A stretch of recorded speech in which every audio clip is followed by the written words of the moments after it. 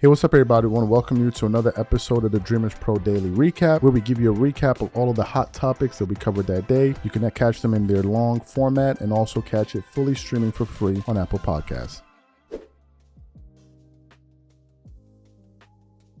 This is a topic that I've been meaning to get to, but I didn't have time. But I said, okay, today let's talk about it. So, as you guys know, LeBron James has been making news as always. We did a show about him yesterday, kind of poking fun at him after the Lakers won their second game without him, and a game in which they won even without their second best player or their second star, and Luka Doncic. So we were kind of poking fun at him.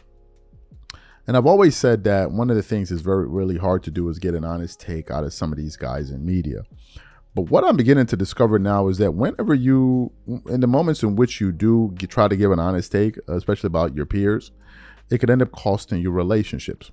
Now, we heard it happen to Charles Barkley when he spoke about Michael Jordan, but what we didn't hear about really to this extent was what occurred when Kendrick Perkins decided to talk about Bronny James and what was the result of that. So essentially, there was an episode, I believe, on his podcast, Road Tripping, where Kendrick Perkins essentially revealed that he lost a lot of relationships talking sports. Russell Westbrook, Kevin Durant, but the other one was LeBron James, and for that one, it was because of some comments that he made about his son, Bronny James. So what we want to do is I'm going to play what Kendrick Perkins had to say here on the show, and then we're going to come back and react to his comments. Take a listen to Kendrick Perkins here. I lost some friends. I know. Yeah, I read the media. Russ, KD, Braun. I had to speak on the you know what I'm saying? And it be hard situations, bro. Like we talked about the McDonald's game, and like Braun got mad at me because we was talking about Bronny, you know what I'm saying, about the draft. I really didn't want to touch on it because I'm like, bro, first of all, we shouldn't be talking about the 55th pick. Like, I get it, it's his son, but then we get to diving into it, and then next thing you know, sometimes you get that microphone in front of you or that, you know what I'm saying? It's like, I gotta go all the way there. It's like, man, look, man, we know what it is, man. It been that way. You know, Bronny wasn't supposed to be a McDonald's All-American, you know what I'm saying? I say this, but it's real because in the history of it, we don't know too many people that average 14 points that's a Mickey D's All-American. Yeah. You know what I'm saying? I don't even believe he made All-State in California. I'm not trying to I'm keeping it real. If you speak in basketball history, on the come up with things, you gonna speak on that. But on the flip side of it, I got a little kid that was in Bronny class that was ranked above Bronny from my hometown in Beaumont named Wesley Yates. You know what I'm saying? He was averaging 30. And as soon as they got a month away to get nominated, Bronny jumped him. But this man averaging 30. He been ranked above him this entire time. I got my whole town mad at me because I ain't speak on that shit. You know what I'm saying? So you heard what Kendrick Perkins had to say. He's essentially saying that the comments that he made about Bronny ended up causing LeBron James to cut him off. What are my thoughts about this? The thing that surprises me in all of this is that Bronny was thrust into the spotlight. All right, he was thrust into the spotlight. He was given a place in the NBA. I don't care what anybody says. He was given a place in the NBA. So I'm surprised that when now people start saying things about him that are not positive, I'm surprised that these guys are surprised. Like, what exactly did you expect that? Look, you know, this is a parenting decision that LeBron made, which was he wanted to put his kids out there to the public. Do you also know that there's some people that don't put their kids out there for public consumption? A lot of people don't do it. Look at Giannis, how upset he got, I think recently when the reporter says some people are very guarded about that stuff. I don't be posting my kids on the internet. Like I don't do it, right? I simply don't do it. That's just a decision that I made because I don't want people to talk. Like I don't do that. But whenever you put your kids out there, people be posting their kids' baby pictures and all of this. And I get it. You're excited. You want to share. I get all of that. But just understand that there's a double-edged sword. But here's what makes it even worse in this case. The thing that makes it even worse here is that You're asking your friend to not do his job. You're saying, oh God, there's a damn fly or something flying around. You're asking your friend to not do his job. You're saying, don't do your job just for me. And your friend is like, bro, I don't understand what you're asking me. You're a billionaire and you're saying that I should compromise my bottom line because you want me to. No, man. If this is the decision you make, I'm going to have to do my job because I'm beholden to my audience. And it doesn't mean that it's always easy. But you, as the person that said you want your kids to be out there in the public, you should be willing to handle that. You should be willing to handle if you're going to post them up and down and put them on the NBA. And the second thing is, Bronny, it's not like as if Kendrick Perkins was just talking about Bronny for the sake of talking about him. He's a basketball player in the NBA. So everybody's going to get talked about. You think all of the other players that get talked about by the media, you think their parents don't feel a type of way? You think they're all excited about it? No, but they understand it's part of what comes with being a professional athlete, especially at the highest level in the highest leagues. They're going to talk about your kids, and you're just going to have to find a way to handle that, right? So to now start cutting people off, I get it. It's a sensitive subject. It's your kids. But at the same time, I don't think what Kendrick Perkins said about Bronny James is something worth cutting your friends off for. I really don't think so. I mean, then what's next? You can't even have a conversation with you. Like, yo, if you go to your friend's house and you see your kid, his son or daughter, whatever, misbehaving, you're like, yo, man, you need to pay attention to that.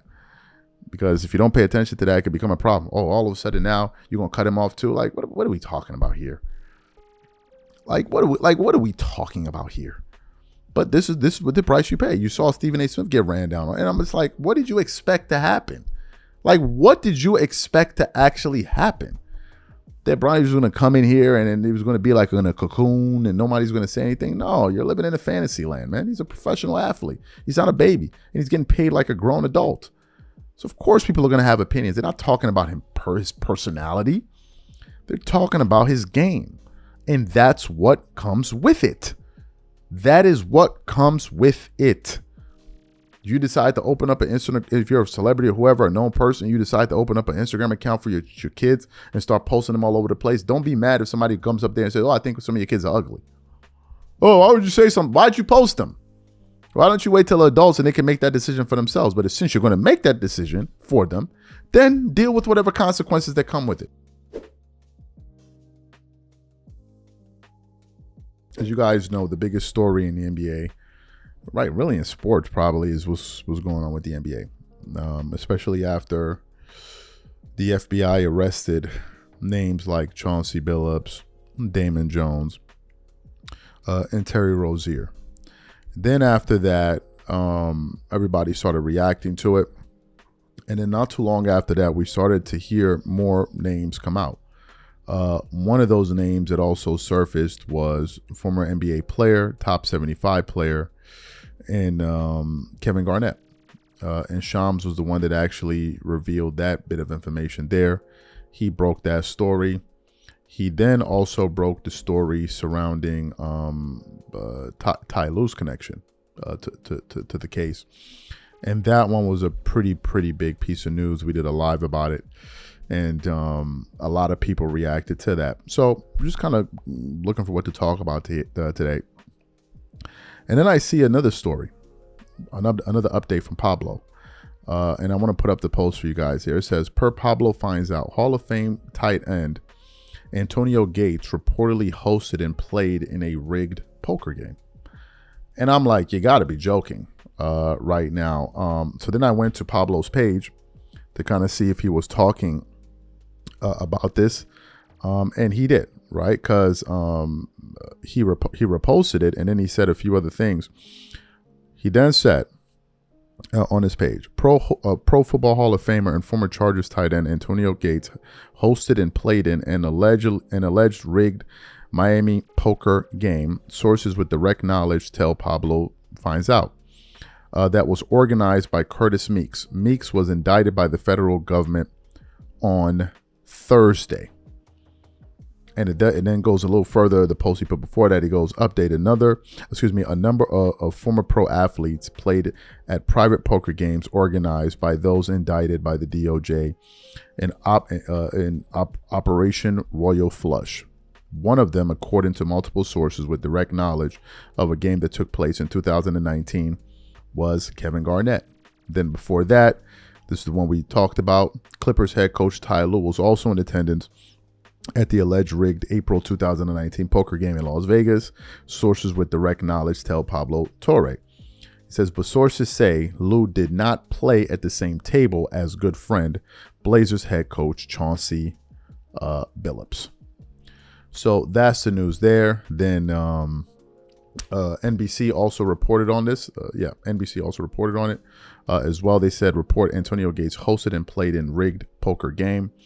It says Pablo Torre finds out. Again, Torre reports that Hall of Fame tight end Antonio Gates hosted and played in a rigged poker game in Miami. Torre adds that the game was organized by Curtis Meeks, who was included in the sweeping federal indictment that named more than 30 defendants. The indictment accused Portland Trail Blazers coach Chauncey Billups of serving as a face card in rigged poker games. His presence and involvement was used to lure fish who were swindled with high-tech methods for fixing the game. Gates, who spent 16 seasons with the Chargers, retired after 2018 season. He was enshrined in the Football Pro Hall of Fame early this year. He has not been accused of any wrongdoing or named in any federal court filings. Gates currently works for the Chargers as a Legends ambassador. So that's the update there. What are my thoughts about this? Well, folks, look, I think that many more names are going to start to trickle down the pipeline. And I believe we're going to hear more and more names. I believe that once these charges start getting handed out and these various people that were picked up in this FBI raid, they start looking at the time that they're going to be facing, I believe that some people are going to crack. Because I don't think people are willing to spend the rest of their lives behind bars. And I think we're at the point where if people can do anything to save themselves, they will. You look at Chauncey Billups, who he was coming out of court, he wore a Clutch Sports Group sweater. I don't believe that that was by mistake. I believe that that was like, hey, you guys better fix this. You guys better get me out of here. That's what I believe. I'm not saying that's what it is. That's what I believe. And I think that a lot of people are going to be trying to save their own tail. I believe LeBron's camp put out in a statement saying that they were unaware that Damon Jones, his good friend, was using information on him and other players, was specifically him, to give out this information to these guys, right? Because I personally don't believe LeBron would be involved in something like this. And the reason I don't believe it is I just can't fathom what he stands to gain from all of this. Right, the risk to reward ratio is just too high. Like the risk is just too high. It wouldn't make any sense whatsoever. If you're looking at some of the guys that were mentioned, none of them are really on the level of a LeBron James, especially financially. Obviously, Kevin Garnett earned a lot of money playing in the league. Ty Lue is still a current head coach playing in the league, earning millions. I get that, but LeBron is in a totally different echelon. I just don't see him being involved in something like this. But now what we're noticing now is beginning to cross over to different sports. Initially, we were talking about the NBA, and now we're talking about the NFL. We're now hearing NFL guys names being brought up into this thing, and I think more and more people are probably going to get brought up, right? And I think that the leagues are going to need to get ahead of this quickly, right? Because these guys, what they were doing, I mean, you're basically taking advantage of people that don't know what the heck is going on here, right? And the risk that the NBA doesn't want to run is that, well, fans just start coming out and say, well, how do we know anything is real? Because if you do that, then you lost your product. Because once people lose confidence in a product, then you've lost it. Like, I used to be a huge WWE fan growing up, huge wrestling fan. I used to be a huge one until one day I found out that it was fake. It was all choreographed. And then it just took a lot out of it. Like, I was like, ugh, it just took a lot of the excitement that I had for it, because I'm like, okay, wait, this is not real. And that was for me. Now, it doesn't mean that it's still not a big sport and a lot of people don't tune in and watch it. I'm just speaking from my vantage point. But I think that the NBA is going to do everything in its power to not do that. And the commissioner is going to need to get on top of this as quickly as possible. Some people felt like the comments that he made during that Amazon Prime stream, I forgot what game it was, I think the Knicks game. Some people feel like he didn't come out strong enough. They also brought up the fact that the NBA had already conducted an investigation into Terry Rozier, and then he was later on found guilty, but he also gave his reasons. And don't forget, Commissioner Adam Silver is also a lawyer, right? So he knows what he's going to say and what he's not going to say to get himself in trouble. But hey, recently we did a video reacting to the comments that Jeff Teague had to make about Clutch Sports. Now, if you guys remember, a few months ago, Jeff Teague went out there and really stepped in it, where he said that LeBron was on PEDs, and then a few hours later he said, oh, he's not, and then the next day he said, oh, I was just joking, and then people were like, he got that phone call, and then people have always said, so you got that phone call, but then recently, I think just 3 days ago, Jeff Teague revealed that, in fact, he did get the phone call from LeBron's camp or group or whatever it was, I don't know who they are, basically stating that, you know, watch what you say and all of this and all of that. So it is true. So what happened? I saw a video of Marcellus Wiley reacting to that story, right? Now, initially, what I thought was Marcellus Wiley was going to start twerking for LeBron James, because Marcellus Wiley is a LeBron James fan. Like, he is one. And that's where him and I part ways totally. But anyway, so I clicked onto the video to kind of see what Marcellus was going to say. And to my amazement, literally, Marcellus Wiley, as he's explaining what is he's kind of giving his reaction to, he then even says that Clutch Sports has called him. And I'm like, what? They got to you too? They called you too? For those of y'all who didn't hear what Marcellus Wiley had to say, take a listen to his comments here, and then we'll come back and react to what he had to say. Take a listen to Marcellus Wiley here. Jeff Teague ain't lying. Now, it goes both ways, so I'm going to have to provide context, elaborate on this, and give you guys perspective. If you say things that are too glowing about LeBron James, what does everyone say? Oh, you work for Clutch, right? So that's what you hear. Or if you go too critical on LeBron James and they say that, hey, you need some context, you need some perspective, you're going to get that phone call from LeBron James's camp. I've been there before multiple times, but it's not a LeBron James story. He's just the biggest name that does this. Oh, a lot of guys do this, because what comes with the access, what comes with that Rolodex, with all those clients is the power, not just the money. The power. So let's talk about it. Well, LeBron James's camp. It happened to me several times. And the situations are never bad. They're never trying to tell you what to say. I'm going to tell you why. Because they're scared you're going to out them out. Like, oh, I just got a call from Rich Paul, and guess what happened? And Rich Paul tried to tell me this. No. What happens is he going to say this. Whoever it may be in their camp, whoever it may be that gives you that phone call, going to be like this. Hey, I heard what you said. Let's just talk about it.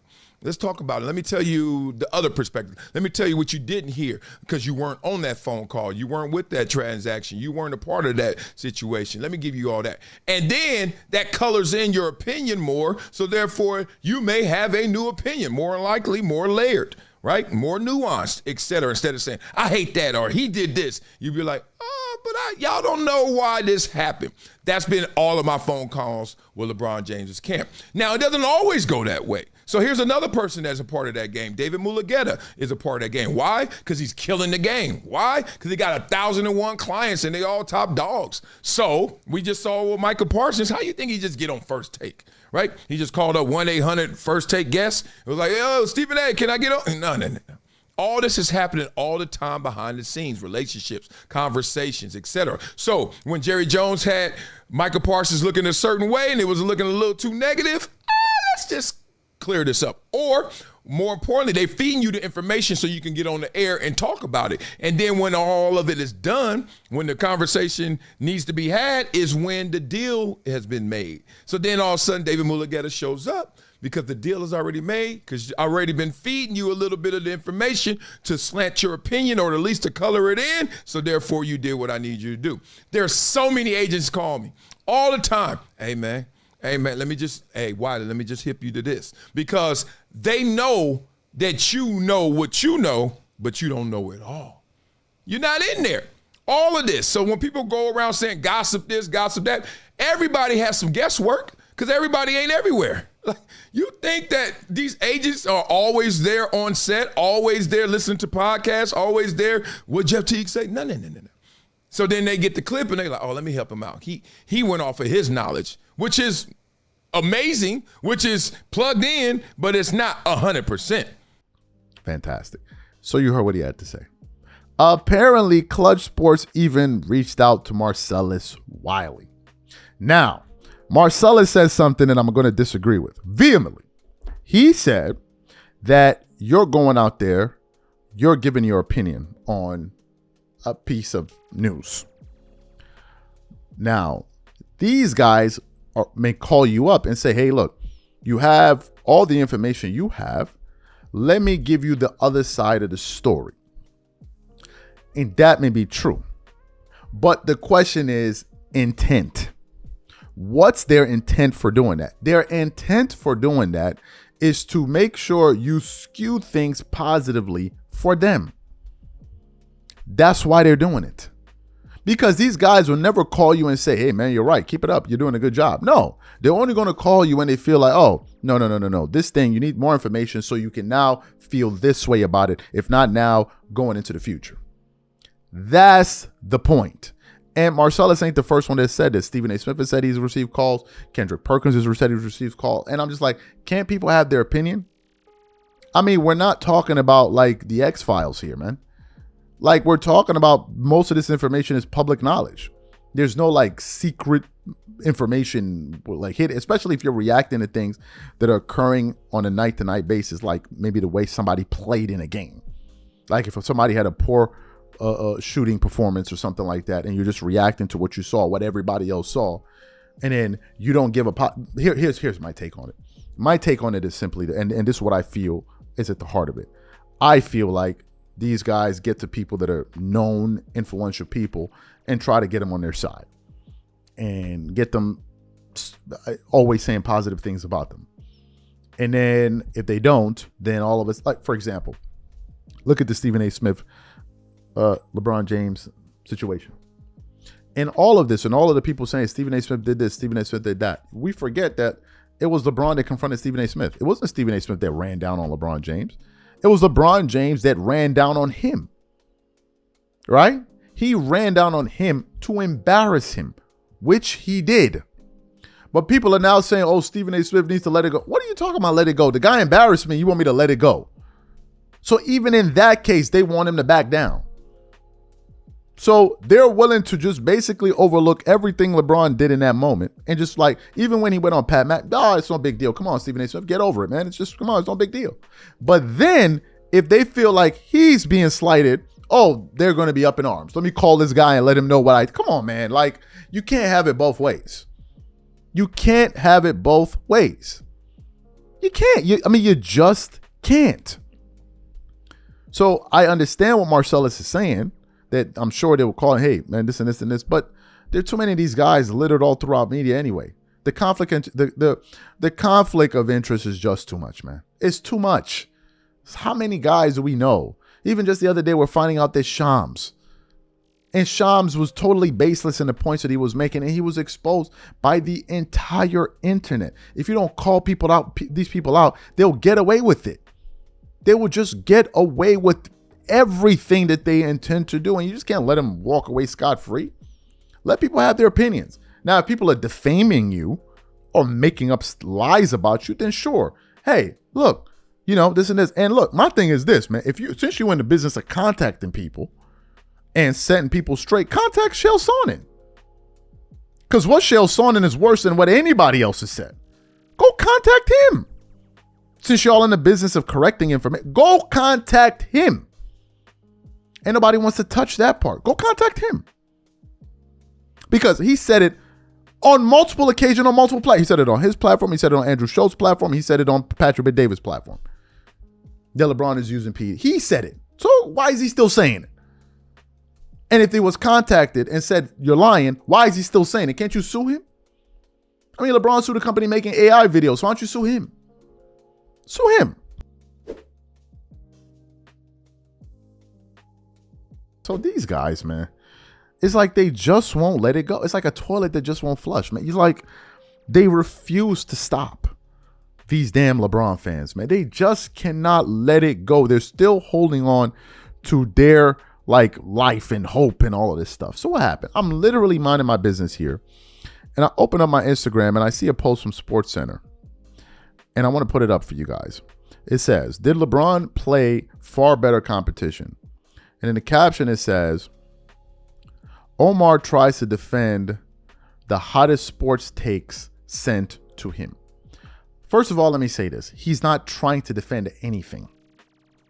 I think he's advocating for a lot of this nonsense. So what we want to do is I want to play exactly what he had to say here. And then I'm going to come back and refute his comments. Take a listen to this mess. My hot take is that LeBron played against way better players than Michael Jordan ever did. Let's see if he has a point. The talent pool in LeBron's era isn't just 330 million Americans. It's 7.8 billion people across the world, with over 25% of players born outside the US, up from just 7% in Jordan's time. And these aren't just role players. They're MVPs from every corner of the world. Giannis from Greece, Jokic from Serbia, Embiid from Cameroon, Luka from Slovenia. Jordan didn't face modern defenses. For example, zone defense was illegal. Teams had to play strict man-to-man, and defenders couldn't just leave their assignment to help. If they drifted too far or hung around the paint without actively guarding someone, it was called illegal defense, and the penalty was a technical foul. That meant help defense was limited, rotations were slower, and double teams were usually reserved for post touches. There were no traps at half court, no switching everything, no chaos. Even Jordan admitted that if zone defenses had been legal in his era, his career would have been very different. The 90s had roles. Bigs stayed in the paint, guards didn't switch, shooters didn't defend. You weren't expected to do it all. You just mastered one thing. Today, Jokic is a center who can run an offense. Steph is 6'3" and warps defenses the second he crosses half court. Everyone on the court has to shoot, switch, and play multiple positions. People love to say Jordan never lost in the finals. He also never had to go up against a 73-win team with the two-time MVP who had Kevin Durant. And it's not just the opponents, it's the game itself. In the 90s, teams shot 7 threes a game. Now they shoot 35 plus. Defenders are quicker, offenses are smarter, and LeBron didn't just survive the shift. He adapted it better than anyone. So you heard what he had to say there. I'm just so exhausted with this conversation. And the reason I'm exhausted with it is because it's meritless. It's meritless. What is LeBron fans' obsession with Michael Jordan, bro? What is y'all obsession with trying to prove to the world that y'all are that he's better? What is this obsession? Y'all have so many people working in your corner to get is it ever going to stop? Is it ever going to stop? So the minute I saw that, my blood started to boil. I'm like, here we go again. But what was making me even angrier was the fact that we had already done a show debunking this nonsense to the core. I think that video almost got close to 100,000 views. And I was so angry because I didn't know when I made the video. I mean, I know I made it this year, but I couldn't find my notes and all of that stuff. So after some searching, we were able to actually hunt down the video. And when I found the video, I realized that I have all the answers to this absolute nonsense that was being spewed across the desk here. So what we want to do is I want you guys to listen to what I had to say. I'm going to show it to you, actually. What I had to say about 2 months ago, exposing this ridiculous argument that this guy tried to put up, which was he's claiming that LeBron faced more competition than Michael Jordan. Please listen to me absolutely dismantle this weak argument. Take a listen to this here. LeBron James, when he played in the East, from the year 2003 to 2017, the average win percentage of teams in the Eastern Conference compared to teams in the Western Conference, okay? And I want you guys to look at this. Teams in the East won 47.7% of their games, had a winning percentage, rather. Whereas teams in the West had a 52.4% win percentage. What does these integers indicate?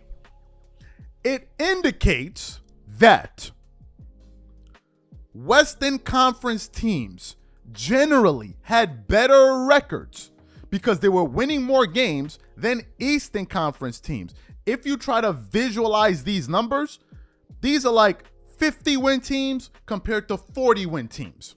So LeBron spent what? I don't know. Close to, let me see, close to 15 years of his career in a conference where teams were weaker than teams in the West. This is not my opinion. This is the actual data. You can go punch it up on Basketball Reference and see free, because they've tried to hold on to this stupid, pitiful argument of, oh, LeBron played more. It's a lie. It's a lie. It's a lie. It's always been a lie. How could he have played tougher competition when he played in a weak conference? Now, some people will say, well, he made it to the finals. Yeah, he made it playing weak teams and got his ass whiz-zapped when he got there, because that's when ultimately he started playing real LeBron started in those playoff runs. He would start playing real teams like in the Eastern Conference Finals. In the second round, that's when he would start playing real teams. Whereas in the West, you're playing them all season long, and then from the first round all the way. Kobe was facing the Spurs, he was facing real deal teams. The team LeBron faced in the finals in 13, Kobe was facing in round 1 in the Thunder. The team he would play in the finals are teams Kobe would play in round 1. But I want to get to the larger point, because these jokers like to say, oh, but Jordan didn't play against nobody. Let's get to the time when Jordan played in the East, his career. When Jordan played in the East, from 84 to 98, the win percentage was 50.6. That's the winning percentage of teams in the East. The winning percentage in the West was 49.4. This number shows that the East was stronger than the West when Jordan played. It also shows that Jordan played, when he played in an era where his conference was winning over 50% of the games, he was still winning at a high level. But what it shows in LeBron's case is when he played in a weaker conference, he was still somehow losing. Still somehow losing. So how can we use the argument that LeBron played tougher competition when clearly he didn't? And Jordan played tougher teams on a night in, night out basis, because you play teams in the East more than you play teams in the West. Who don't know that? Who don't know this? So that's the first part. Now, I want to give you guys the final nail in the coffin. Take a look at the win percentage. Now, hold on. Let me pull up the right sheet here. Here it is. The win percentage from 84 to 2025. Let's put it up for you guys to see. What this chart indicates is the following. From 2000 to 2010, the West was the stronger conference with a 52.6 win percentage. From 2020 to 2025, the West was still the strong. So for the last 20 years, the West was the stronger conference. That's the 20 years Kobe played in. And LeBron has enjoyed playing in the weak-ass East. But here's the point. From 84 to 98, was the only time the East was strong. And who played in that time frame, folks? Michael Jordan. The moment Jordan left, look at the win percentages. 47 from 03 to 18, 48 from 2018 to 2025. So we have the proof now. Then not only did LeBron have more help than Michael Jordan, because he did, and for those of you who may not know, Jordan's all-star talent, their cumulative all-star appearances of all of Jordan's teammates is 10. LeBron is pushing about 150, meaning if you add up all of the all-star caliber players he's played with, if you combine their all-star appearances, it's about 150. Pippen made 6 or 7, if I'm not mistaken. Jordan is sitting at 10. So not only did LeBron have a disgrace, just a shameful, just have a totally, absolutely disgusting amount of more talent, more help, he somehow found a way to still lose more. He had more help, more time, a weaker conference, and still lost more. How do you do that, bro? Fantastic. So you heard the breakdown. It's clownish, this entire thing. And let me tell you what's happened with this GOAT debate. LeBron fans are, not all of them, but a good amount of them are amongst the most pitiful set of people walking earth. What this debate started was, it started off like this. First, it started off as a basketball debate. But then as time went on, they realized LeBron kept on falling short over time and time again. So then it turned into a hypothetical debate. Oh, what if LeBron did this? What if LeBron did that? Because they realized they couldn't beat Jordan on the court. They couldn't do it. They couldn't go career for career, player for player. They couldn't do it. There was no roadmap for them to get to actually end at the conclusion where, okay, this guy's, but there was nothing, right? So they then started to shift to, well, if we can't attack Jordan, let's attack his era, right? Then that's when they came out, we done with the 90s nonsense. Then that didn't work. It lasted for a little bit. It didn't work. Then they now tried to attack his competition, which is what this guy's trying to do. But they're given such a disingenuous argument that it's falling flat on they're falling flat on their faces. They're talking about who LeBron played against, but they're not talking about, number one, the help that he had. Throughout the course of Michael Jordan's career, did Jordan ever play with a Dwayne Wade? Did he ever play with an Anthony Davis? Did he ever play with a Luka Doncic? All of these guys I just named for you are better than Scottie Pippen. All of them. Dwayne Wade is better than Scottie Pippen. Period. Anthony Davis is a better basketball player than Scottie Pippen. Period. Luka Doncic is a better basketball player than Scottie Pippen. Period. And Jordan never played with a guy on the wing like a Kyrie Irving. He never had any of this. He never had any of it. So they don't factor that in. They also don't factor in the time factor. LeBron has had more time to make amends, to catch Jordan, and he hasn't done it yet. He's had more time. We also gave you guys the data that the Eastern Conference only had a winning. The last time the Eastern Conference had a winning percentage as a conference was when Jordan was playing. Historically, the West has always been stronger than the East. When Jordan played there, the East was stronger than the West. All throughout the years that LeBron played in the East, it was weak. That's how he was able to get to all of those. They don't bring up any of this. They don't bring up the fact that I think LeBron has played just one more top 75 player in the finals than Michael Jordan. Just one more. But they would have you thinking that LeBron is playing against all the NBA players and ever. Then the guy brought up an absolutely ridiculous point, which was there are more people in the world. Like, really, bro? Really? Like as if they expanded the pool of the NBA. It's still 5,000 seats, or excuse me, 495 or 500 seats, or what players that play in the league every single. What are we talking about here? What are we talking about? He then tried to discuss the errors in such a disingenuous, disgusting manner. Bro, they don't play any defense in this era. Go look at the scoring. What are you talking about? Today, teams are averaging, hell, the year James Harden scored 37, he was averaging about 12.5, 12.6 threes per game. In 1998, the Chicago Bulls as a team was averaging 13 threes. What are we talking about? There are more possessions. There's less defense. There's more opportunity to score. That's why you can see a regular guy like Austin Reeves score 50. You're looking at all of these inflated numbers. You're looking at how easy it is to score. And somehow you're walking away more impressed. It's just so pitiful.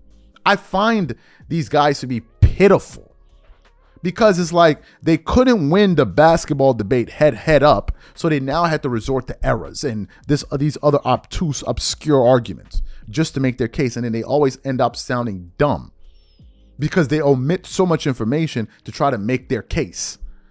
It's over. It's not a debate, bro. It's over. I don't know why y'all keep trying. It's a ridiculous debate. I've already given you that this guy's up here lying. I already broke it down for you. I gave you data. Not just talking about dumbass zone defenses and all of this and all. Like, I gave you holistic data. Holistic data. I mean, I don't know what else to tell you guys. Jordan has LeBron beat in every category that matters. Every single one. And I don't think it's close, by the way. I don't think it's close. This debate. Oh my, it's like, it never ends. It's just so pitiful.